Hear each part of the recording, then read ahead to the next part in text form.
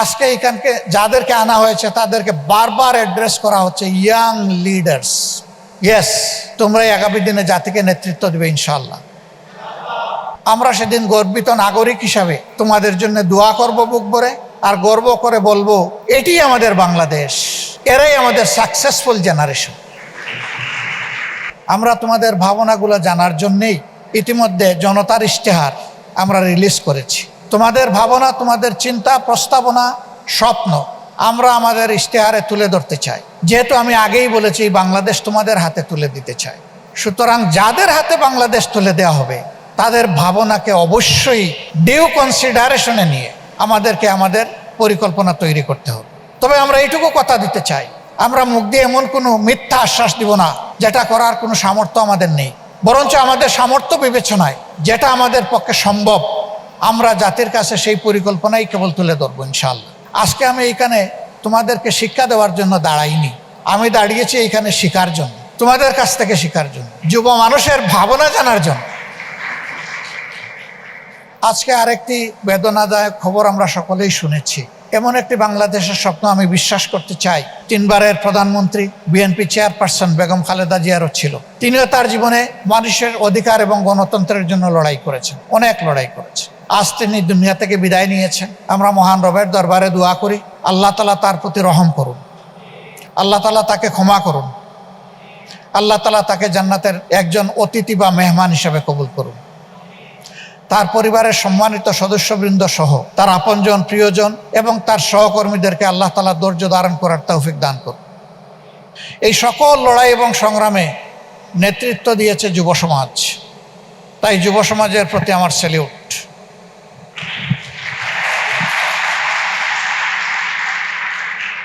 এ বাংলাদেশ, এ লড়াই মূলত কার জন্যে? হ্যাঁ, এটা ঠিক, মানসিকতার দিক থেকে আমিও যুবক, কিন্তু বয়সের দিক থেকে তো একটা জায়গায় চলে এসেছি।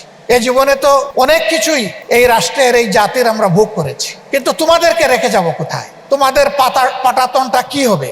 এটি আমাদের কর্তব্য। এই জায়গাটা তৈরি করে দিতে চাই তোমাদের জন্য বাংলাদেশ, তোমাদের পছন্দের বাংলাদেশ, তোমাদের জন্য নিরাপদ বাংলাদেশ, তোমাদের জন্য গৌরবের বাংলাদেশ, তোমাদের জন্য বিক্ষোভ মুক্ত বাংলাদেশ। সেই বাংলাদেশটাই আমরা গড়তে চাই তোমাদের সাথে একসাথে কাজ করে। যুবক সেই যে চলার পথে অন্যায্য বাধা এসে হিমালয় পর্বতের মতো দাঁড়িয়ে যায়, এই হিমালয় পর্বত দেখে ভয় পায় না, সে বলে যে এই পর্বত চুরমার করেই আমি আমার লক্ষ্য পানে এগিয়ে যাব। সেই হচ্ছে যুবক। বয়স তার 100 হইলেও কোনো সমস্যা নেই, বয়স মাত্র 22, সামান্য বাধা থেকে পিছনে দৌড়ে যায়, নিজের জায়গায়ও স্থির থাকতে পারে না, সে হলো আসল বৃদ্ধ। ওই 22 বছর বয়সের কারণে সে যুবক হবে না। আমরা সেই তারুণ্যের বাংলাদেশ চাই ইনশাআল্লাহ।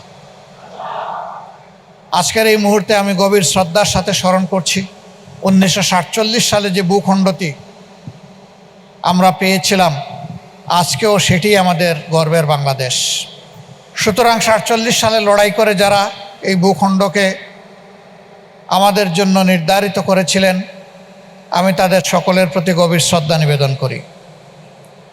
47 থেকে টানা 23 বছর আমরা ছিলাম পাকিস্তানের একটি প্রদেশ, পূর্ব পাকিস্তান। আমাদের উপর পশ্চিম পাকিস্তানের প্রভাবশালী শাসক গোষ্ঠী সেদিন তারা ইনসাফ করেনি, বৈষম্য করেছিল। তাই বৈষম্যের বিরুদ্ধে দ্রোহ ছিল 1970 সাল। সাধারণ নির্বাচন পশ্চিম পাকিস্তানিরা মেনে নেয়নি, মুক্তিযুদ্ধ অনিবার্য হয়ে উঠেছিল। সেই যুদ্ধে যারা জীবন বাজি রেখে লড়াই করেছেন, আমি তাদের সকলের প্রতি গভীর শ্রদ্ধা নিবেদন করছি। বিশেষ করে যারা লড়াই করতে গিয়ে নিহত হয়েছেন, সেই শহীদদের প্রতি আমি বিশেষভাবে শ্রদ্ধা নিবেদন করছি। আমি নিজেও একটি শহীদ মুক্তিযোদ্ধা পরিবারের সন্তান। আমি শ্রদ্ধা নিবেদন করছি যে প্রত্যাশা নিয়ে বাংলাদেশ জন্ম নিয়েছিল, যার প্রকৃত যাত্রা শুরু হয়েছিল 1972 সালের 10 জানুয়ারি। বাংলাদেশ আশা করেছিল যে এটি বৈষম্যহীন, ন্যায় এবং ইনসাফের বৃত্তের উপর প্রতিষ্ঠিত একটি এগিয়ে যাওয়া রাষ্ট্র হবে। তারুণ্যকে এখানে সম্মানিত করা হবে। তাদের অ্যাসপিরেশনগুলোকে অ্যাকাউন্টে নিয়ে ফুলফিল করার জন্য জাতিকে যারা নেতৃত্ব দিচ্ছেন তারা দায়িত্ব পালন করবেন। কিন্তু না, সে আশা পূরণ হয়নি। সে আশা পূরণ না হওয়ার কারণে বাংলাদেশ বারবার পথ হারিয়েছে।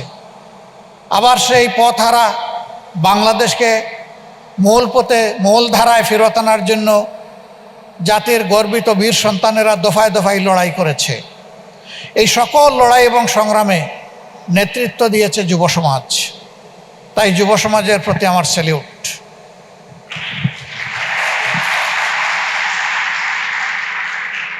দুনিয়ায় যত জায়গায় পরিবর্তন এসেছে যুব সমাজের হাত ধরে এসেছে।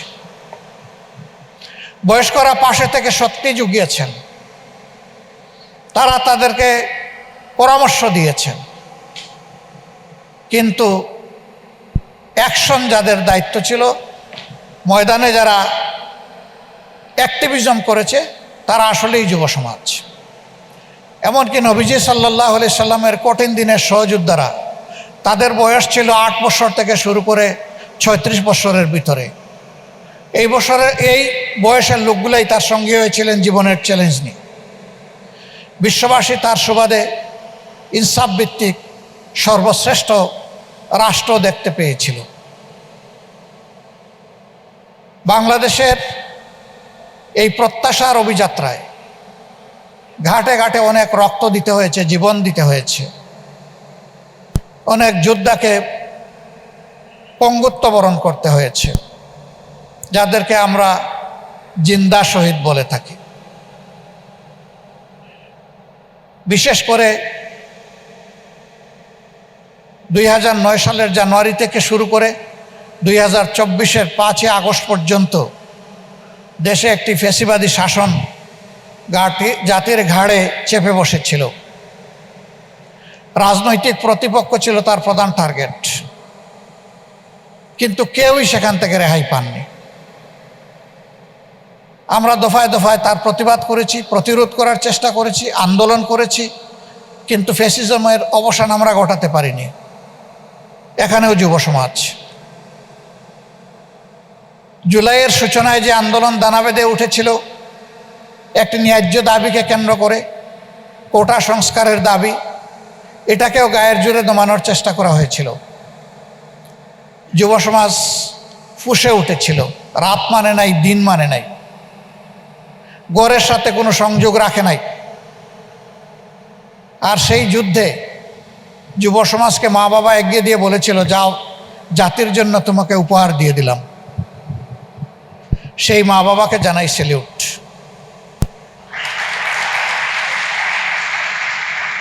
আমার যে মা উত্তরার রাস্তায় 10 মাসের সন্তানকে কুলে নিয়ে নেমে এসেছিলেন, সাংবাদিক বন্ধুরা প্রশ্ন করেছিল, আপনি এই কচি শিশু নিয়ে, অবুঝ শিশু নিয়ে এখানে এসেছেন গুলির মুখে। তিনি বলেছিলেন, সো হোয়াট, কি হয়েছে? সাংবাদিকরা বলেছিল, যদি বুলেট এসে আপনাকে বা এই কচি শিশুকে দুনিয়া থেকে নিয়ে যায় তখন কি হবে? তিনি বলেছিলেন, শহীদের তালিকায় আমার নাম লেখা হবে, আমার সন্তানের নাম লেখা হবে। এই মাকেও স্যালিউট। ঢাকা বিশ্ববিদ্যালয়ে রাতের অন্ধকারে 15 তারিখ আমাদের মেয়েদের উপর যেভাবে ঝাঁপিয়ে পড়েছিল, সেই বীর মেয়েরা ফ্যাসিজমের বিরুদ্ধে সেদিন ফুঁসে উঠেছিল, মাথা নত করে নাই। তাদেরকে স্যালিউট।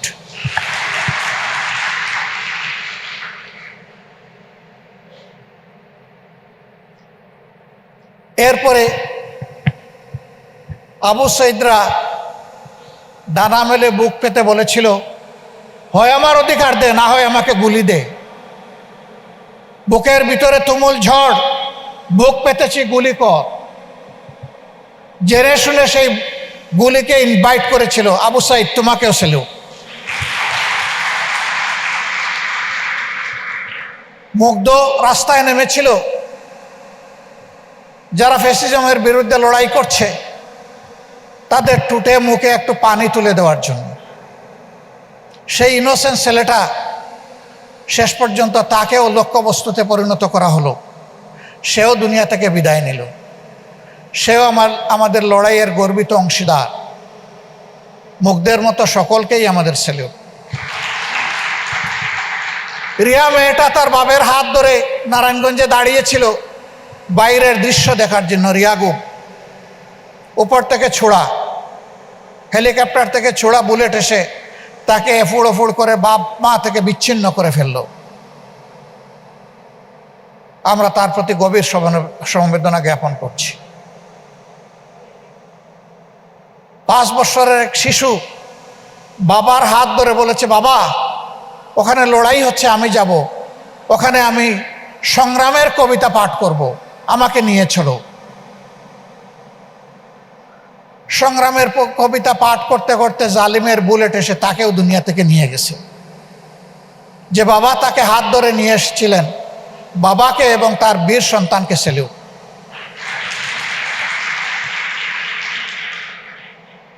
এই লড়াইয়ে মূলত নিয়ামক শক্তি ছিল যুবকরা, শুধু ছাত্র না। একেবারে রাস্তার যিনি ক্ষুদ্র ব্যবসা করেন, যাদেরকে আমরা হকার বলি, একজন রিক্সা চালক, ভ্যান চালক, গার্মেন্টসের কর্মী, তারাও শাহাদত বরণ করেছেন। আপনারা জানেন আমরা প্রত্যেকটি শহীদ পরিবারে যাওয়ার চেষ্টা করেছি। আমাদের হিসাব অনুযায়ী খেটে খাওয়াই মানুষের সংখ্যা যারা জীবন দিয়ে শহীদ হয়ে দুনিয়া থেকে বিদায় নিয়ে আমাদের গলায় কৃতজ্ঞতার মালা পরিয়ে দিয়ে গেছেন, তাদের অনুপাত হচ্ছে যারা নিহত হয়েছেন তাদের মধ্যে 62%। এরা একজন মানুষ চলে যাওয়া মানে একটা পরিবার পুরাপুরি অন্ধকারে চলে যাওয়া। তারা তাদের পরিবার এবং জীবনের দিকে তাকায়নি, বাংলাদেশের মুক্তির জন্য তারা এগিয়ে এসে জীবন দিয়েছে। বন্ধুরা, তোমাদেরকেও সেলিউ। আল্লাহ তাআলা তোমাদের এই ত্যাগ কবুল করুন। আমরা যেন অকৃতজ্ঞ হয়ে না যাই তোমাদের প্রতি। এই সকলকে আল্লাহ তাআলা শহীদ হিসাবে কবুল করুন। তার শেষ নজরানা পেশ করেছে শরীফ উসমান ইবনে হাদি। তার অপরাধ কি? সে ছিল আধিপত্যবাদের বিরুদ্ধে আপোষহীন এক লড়াকু সেনাপতি। আর উত্তাল দিনগুলোতে সে যুব সমাজের সাথে একদম পানির মতো মিশে গিয়েছিল। তার কণ্ঠ অনেককে উজ্জীবিত করেছে।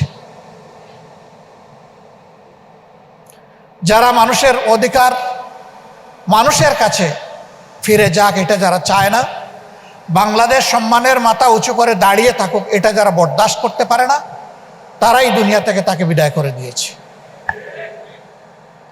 হ্যাঁ, হাদিকে বিদায় করে লাভ হয়নি। হাদি বেঁচে থাকলে অবশ্যই এই জাতির জন্য ভালো কিছু করতো, এটা আমরা বিশ্বাস করি। কিন্তু হাদি এই বয়সে এইভাবে বিদায় নিয়ে মাথা উঁচু করে আপোষহীন কণ্ঠ মেলে ধরে এখন সে বিশ্ব নেতায় পরিণত হয়েছে। হাদি, তোমার জন্য আমাদের বুক ভরা ভালোবাসা, দোয়া। তোমার মতো আরো হাদি যেন আমাদের মায়েদের গর্ভে বেশি বেশি করে পয়দা হয়, তাহলে বাংলাদেশ পথ হারাবে না ইনশাআল্লাহ।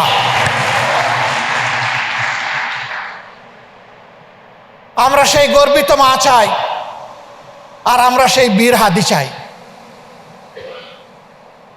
এক হাদি চলে গেছে, আল্লাহ যেন এই দেশে লক্ষ লক্ষ হাদি পয়দা করে দেন। এখন যারা বেঁচে আছে তারা নিজেই যেন দাঁড়িয়ে বলে আমিও হাদি। হাদি, তুমি চলে গেছো, অসুবিধা নাই, তোমার জায়গায় আমি দাঁড়িয়ে গেছি, আমি আছি। তোমরা কি বলতে পারবা এটা? তোমাদেরকে ধন্যবাদ। সম্মানিত বন্ধুগণ, এ বাংলাদেশ, এ লড়াই মূলত কার জন্যে? হ্যাঁ, এটা ঠিক, মানসিকতার দিক থেকে আমিও যুবক, কিন্তু বয়সের দিক থেকে তো একটা জায়গায় চলে এসেছি। এ জীবনে তো অনেক কিছুই এই রাষ্ট্রের, এই জাতির আমরা ভোগ করেছি, কিন্তু তোমাদেরকে রেখে যাব কোথায়? তোমাদের জায়গাটা, তোমাদের পাটাতনটা কি হবে, এটি আমাদের কর্তব্য। এই জায়গাটা তৈরি করে দিতে চাই। তোমাদের জন্য বাংলাদেশ, তোমাদের পছন্দের বাংলাদেশ, তোমাদের জন্য নিরাপদ বাংলাদেশ, তোমাদের জন্য গৌরবের বাংলাদেশ, তোমাদের জন্য বিক্ষোভ মুক্ত বাংলাদেশ। সেই বাংলাদেশটাই আমরা গড়তে চাই তোমাদের সাথে, একসাথে কাজ করে। এই জন্য আজকে এখানকে যাদেরকে আনা হয়েছে তাদেরকে বারবার অ্যাড্রেস করা হচ্ছে ইয়াং লিডার্স। ইয়েস, তোমরাই আগামী দিনে জাতিকে নেতৃত্ব দেবে ইনশাআল্লাহ। আমরা সেদিন গর্বিত নাগরিক হিসাবে তোমাদের জন্য দোয়া করব বুক ভরে, আর গর্ব করে বলবো এটি আমাদের বাংলাদেশ, এরাই আমাদের সাকসেসফুল জেনারেশন।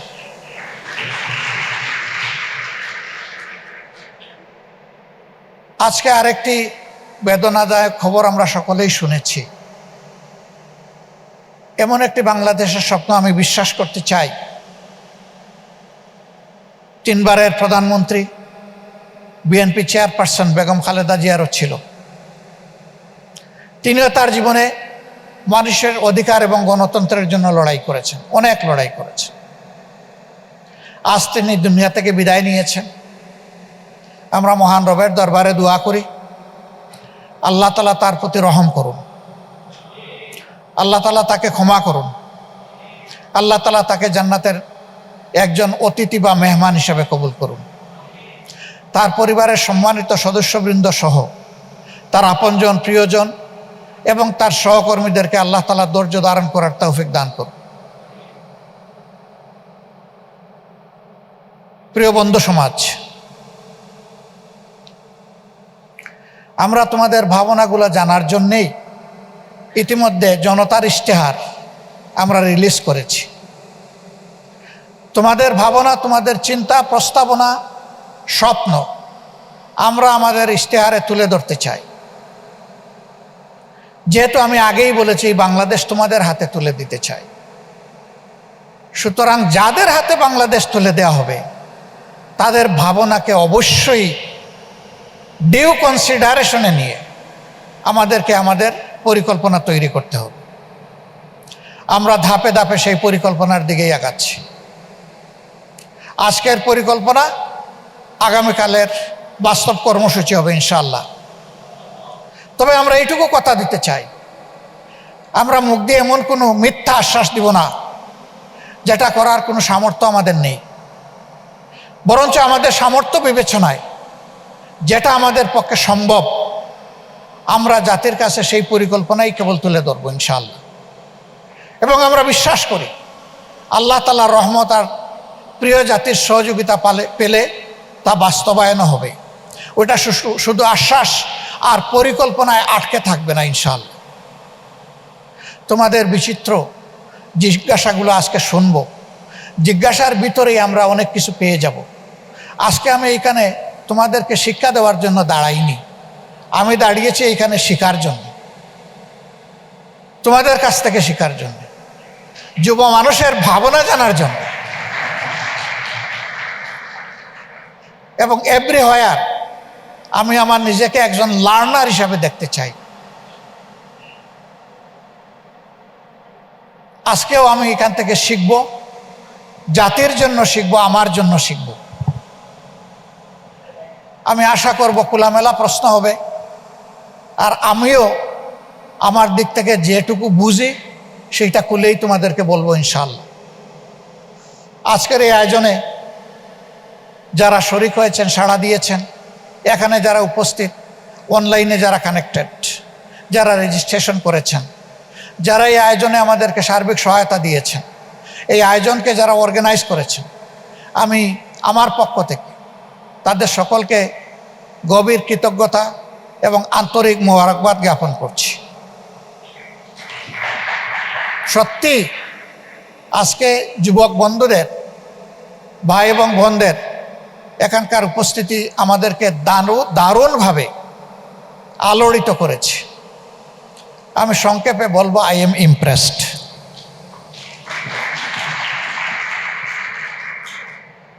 আমরা হাতে হাত ধরে কাঁধে কাঁধ মিলিয়ে ইনশাআল্লাহ আগামীর বাংলাদেশ গড়ব। এই বাংলাদেশ ফেসিবাদ মুক্ত, এক নায়কতন্ত্রী মুক্ত, ইনসাফের ভিত্তির উপর প্রত্যাশার একটা মানবিক বাংলাদেশ হবে ইনশাআল্লাহ। এখানে কোনো দল ধর্মের কোনো ব্যবধান থাকবে না। আমরা বলবো মাথা উঁচু করে, আমরা সকলে মিলেই বাংলাদেশি। এইখানে আদিবাসী পরবাসীর এই ক্লেশও আমরা দেখতে চাই না। আমরা সবাই মিলে বলবো আমরা অধিবাসী, আমরা এক ঐক্যবদ্ধ বাংলাদেশের অধিবাসী।